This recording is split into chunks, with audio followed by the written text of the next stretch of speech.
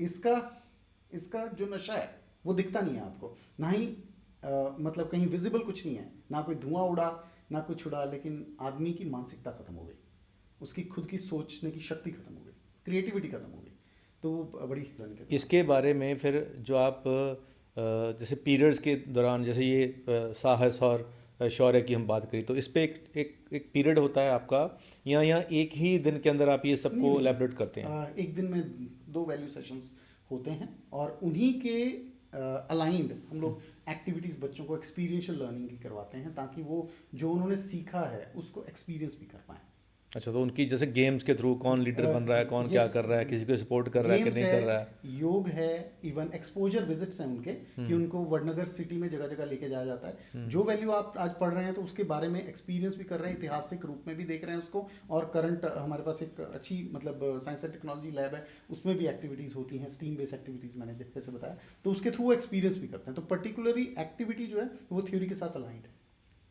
तो अब जैसे आप गवर्नमेंट जॉब में हैं, और इससे पहले आपकी पोस्टिंग केंद्रीय विद्यालय में थी या कहाँ थी? मैं भी नवोदय विद्यालय ऊना में ही कार्यरत हूँ, पीजीटी कंप्यूटर साइंस के रूप में। अच्छा, तो और वहाँ से ऑन डेपुटेशन प्रेरणा डेपुटेशन पे, और आप जैसे दर्शकों को बता दें कि आपको बहुत सारे देशों में सरकार ने भेजा है, तो कहाँ कहाँ आप कौन सी कंट्री में भारत सरकार की तरफ से गए हैं और वहाँ पे आपने क्या देखा?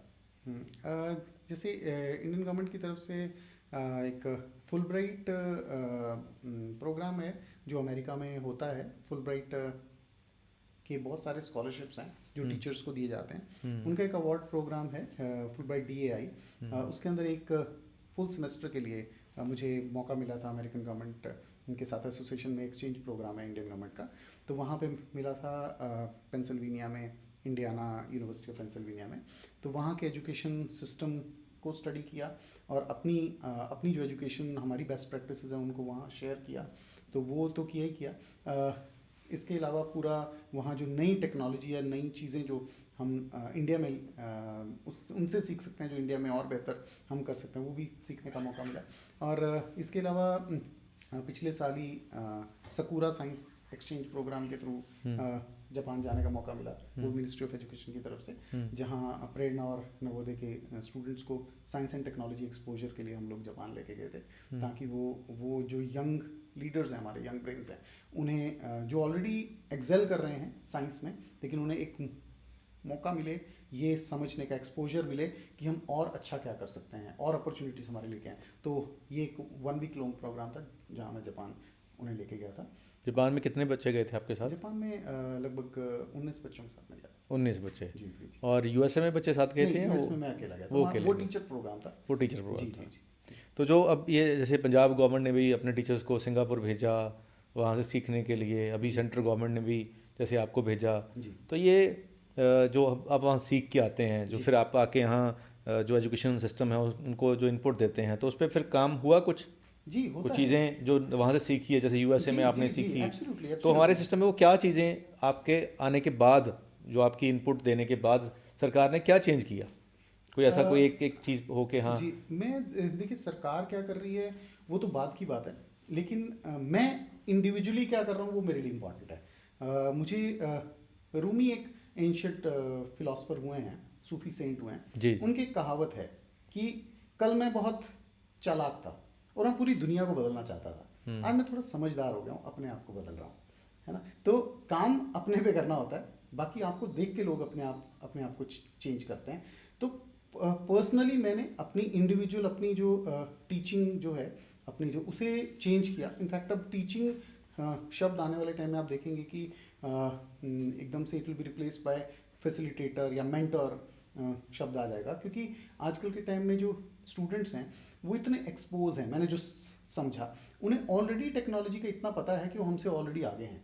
हम अक्सर कहते हैं कि हमें अगर किसी स्टूडेंट को कोई कॉन्सेप्ट समझाना तो उसके लेवल पे हमें आगे नीचे उसे समझाना पड़ेगा, एक्चुअली हम गलत कहते हैं। वो ऑलरेडी हमसे टेक्नोलॉजी में भी और थिंकिंग में भी हमारे से एडवांस है, तो हमें उसके लेवल पे ऊपर जाके उसे वो कॉन्सेप्ट समझाना पड़ेगा। ये सोच पहले जब एक टीचर में आएगी कि मैं बच्चों से ऊपर नहीं हूँ, मेरा एक्सपोजर उनसे ज़्यादा हो सकता है लाइफ के बारे में, लेकिन टेक्नोलॉजी के बारे में वो मेरे से आगे हैं, तो मुझे उनसे भी सीखना है। तो अगर हम भारतीय ज्ञान परंपरा में भी देखें तो गुरु शिष्य जो हैं उस परंपरा में गुरु और शिष्य साथ साथ सीखते हैं। उसमें कहीं नहीं कहा गया कि गुरु शिष्य को सिखा रहा है, वो कहते हैं भी गुरु और शिष्य साथ साथ सीखते हैं। इसे हम लोग जापानीज फिलॉसफी में एक शब्द है काइजन और एक है शोशिन। काइजन का मतलब है कंटिन्यूस लर्निंग, लगातार सीखते रहना, हर रोज थोड़ा थोड़ा मतलब कंटिन्यूस चेंज करते रहना, बदलाव करते रहना, इंप्रूवमेंट करते रहना सीख के, उसे हम काइजन कहते हैं।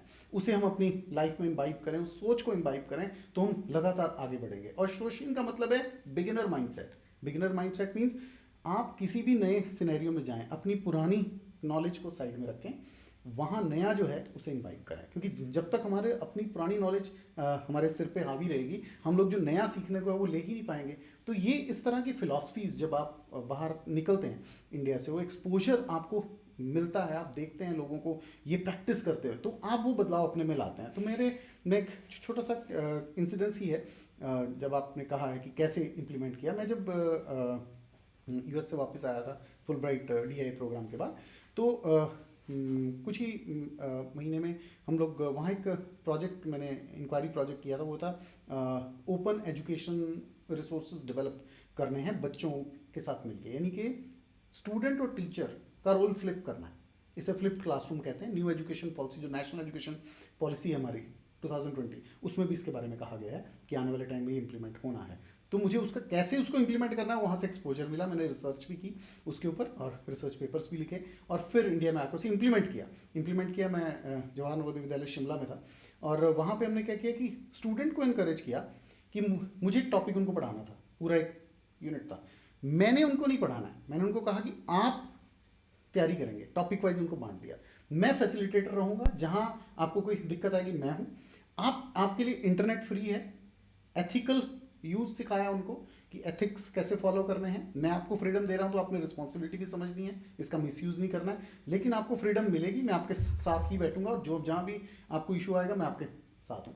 तो उस फ्रीडम के साथ जब हमने काम किया, बच्चों ने अपनी उन टॉपिक्स पे तैयारियां की और बच्चों ने प्रेजेंटेशंस दी। मैंने नहीं पढ़ाया टॉपिक, बच्चों ने, मतलब बच्चे रिसर्च ऑनलाइन कर रहे हैं।